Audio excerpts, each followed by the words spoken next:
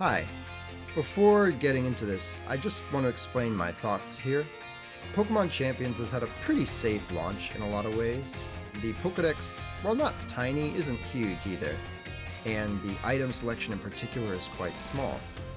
Obviously, as the item choices and list of Pokemon expands, the landscape of the game is going to change a ton.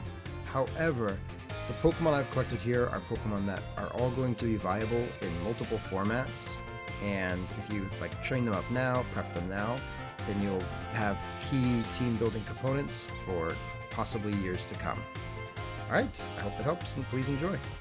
One of the first ones I want to talk about is Whimsicott, who can kind of just do everything as a support Pokemon, or at least a lot of what you need. It's a fantastic Tailwind setter. It also gets access to Trick Room. It has Taunt to stop other Prankster users. It has Helping Hand if you need it. It does not have Reflect, but it does get access to Light Screen. It's access to several weather moves. And while it doesn't have the best attack, having Fairy type coverage or Grass type coverage is always useful. Just a really fantastic support Pokemon that is so easy to slot into multiple teams. You're pretty much always going to want to give it either a Focus Sash or Covert Cloak. I've seen Mental Herb sometimes, but it really depends on what the meta looks like when you're using it. Either way, an absolute must-have. Okay, I mean, there's a reason that this one is basically the face of VGC. While it's true that there are more tools than ever that counter Incin and Intimidate, it's still probably the best all-rounder the game has ever produced. It's a bulky support Pokemon. It can actually deal decent damage if you want to build it more offensively. It's just such an easy Pokemon to slot onto a variety of teams, and many better VGC players than I've already talked about it. But yeah, having a trained up Incineroar or 5 is not a bad idea. I don't like using it.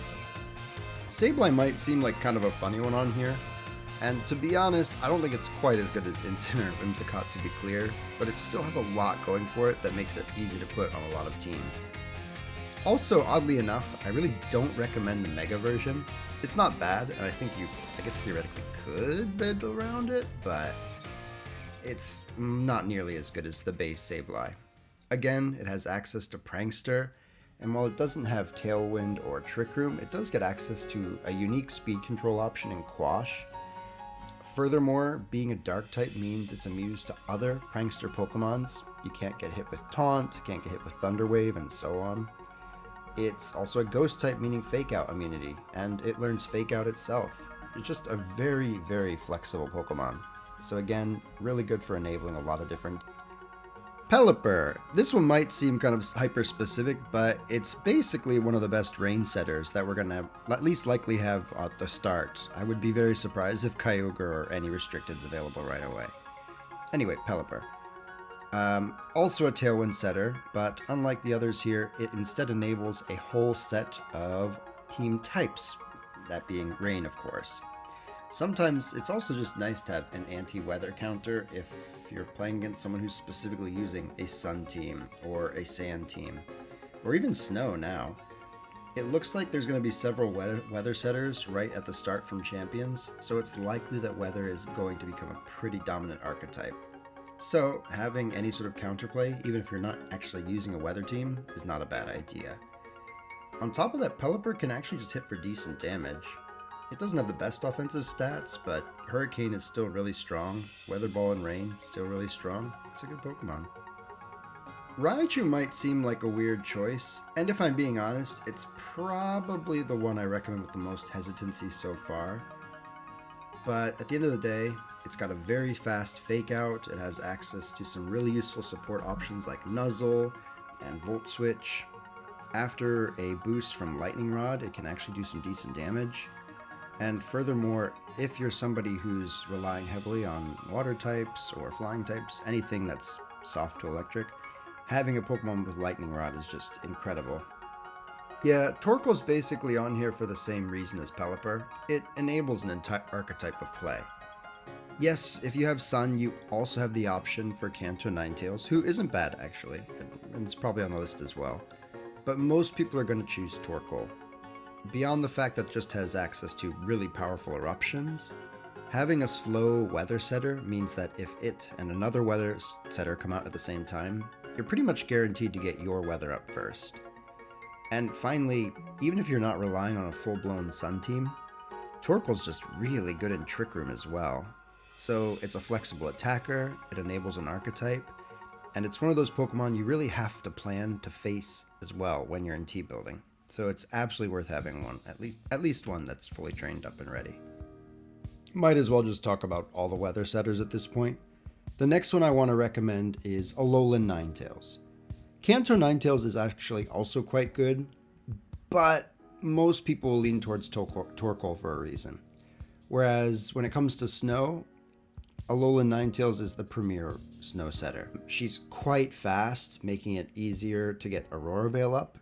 Having fast blizzards is always really nice, and more to the point, again, this is a Pokemon that enables an archetype, but can also just be slotted onto a team if you need fairy coverage or really want Aurora Veil, because it is that good. Tyranitar is a classic in VGC, and in Pokemon in general. I still remember getting one in Pokemon Gold for the first time back in the day and just thinking it was the coolest thing ever. Like a lot of Pokemon on this list, it's a really good enabler. However, it's also an incredibly powerful offensive machine. Even though its typing leaves a lot to be desired, it can hit really hard, but just setting up sand every turn it comes out means that it's also incredibly tanky both physically and specially. Beyond that, it enables specifically some of the best attackers in the game. Classic combos include Tyranitar plus Excadrill, Tyranitar plus Garchomp, and even Tyranitar plus Lycanroc. I think all three of those are in the game. Really strong, something you always have to look out for. And beyond that, it can even just be used to specifically counter other teams. Early on in Champions, we've seen that weather is quite dominant, and having Tyranitar just to disrupt your opponent's weather plans is always really useful. Alright, next up, let's talk about Farigiraf. At this point, this Pokemon's pretty firmly established itself as one of the premier Trick Room users, and especially given the early roster, it's probably the best one we're going to have in the game. It has built-in anti-fake out tech, meaning it's useful in and out of Trick Room. It can be offensive or defensive. In the past, it's seen a lot of success with different sets using Life Orb and Throat Spray. Neither of those are actually in Champions now, but even something like a Citrus Berry or a Lumberry to keep it awake is still going to be useful. It's good in all power levels. It's even won a World's Championship in a restricted format. So having a few prepped now that you can use through multiple different formats is sure to be useful. Sinistcha might be a bit less common than the others, but especially in a world where Calyrex isn't around as much, or isn't around at all actually, it has a much better chance of seeing success. Sinistcha's another one that's just kind of a good all-rounder. It can be offensive, it can be supportive, it has pretty good natural bulk, it's immune to fake out and a Trick Room setter. It also offers redirection with Rage Powder, but most interesting is its ability Hospitality, which lets it heal itself and its partner Pokemon whenever it switches in. In a format like Doubles where switching is quite common, this is incredible, honestly. Can't recommend it enough. Alright, and thank you very much for watching. There are probably a few more Pokemon I could have added here. Garchomp, for example, comes to mind. But I think this is a good list of 10 Pokemon where, if you have them, then even if the formats change in the future, you'll already have a few Pokemon, at least one or two ready for any given team, because all of them are so valuable in enabling different team comps. Thanks again for watching, and have a good day.